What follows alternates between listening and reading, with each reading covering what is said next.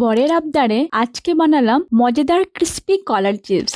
দেখেই বুঝতে পারছেন চিপসগুলো কতটা মুচমুচে হয়েছে। রেসিপিটা বানানোর জন্য প্রথমে কাঁচা কলাগুলো ভালোভাবে খোসা ছাড়িয়ে ধুয়ে নেবেন। তারপর চিপস মেকার বা ছুরি দিয়ে যতটা সম্ভব পাতলা করে কেটে নিন। একটা বাটিতে অল্প জল নিন, তার মধ্যে 2 চামচ লবণ আর 1 চিমটি হলুদ দিয়ে গুলে রাখুন।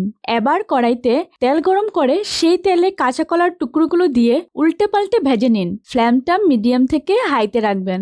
যখন প্রায় ভাজা হয়ে যাবে তখন ওই লবণ হলুদ মেশানো জল চিপসের উপর দিয়ে ভালোভাবে মিশিয়ে নিন। লবণ জলটা গরম তেলে দেওয়ার সময় অল্প সাবধানেই করবেন। হালকা বাদামি রং আসা পর্যন্ত ভেজে নিয়ে চিপসগুলো একটা থালায় নামিয়ে রাখুন। অল্প ঠান্ডা হয়ে গেলেই দেখবেন আমাদের ক্রিস্পি মজাদার কলার চিপস একদম রেডি। আপনারা চাইলে উপরে একটু চাট মশলা ছড়িয়ে দিতে পারেন। রেসিপিটা ট্রাই করে অবশ্যই জানাবেন আর ভিডিওটা লাইক করে চ্যানেলটা সাবস্ক্রাইব করে দেবেন। দেখা হচ্ছে আবার নেক্সট রেসিপিতে।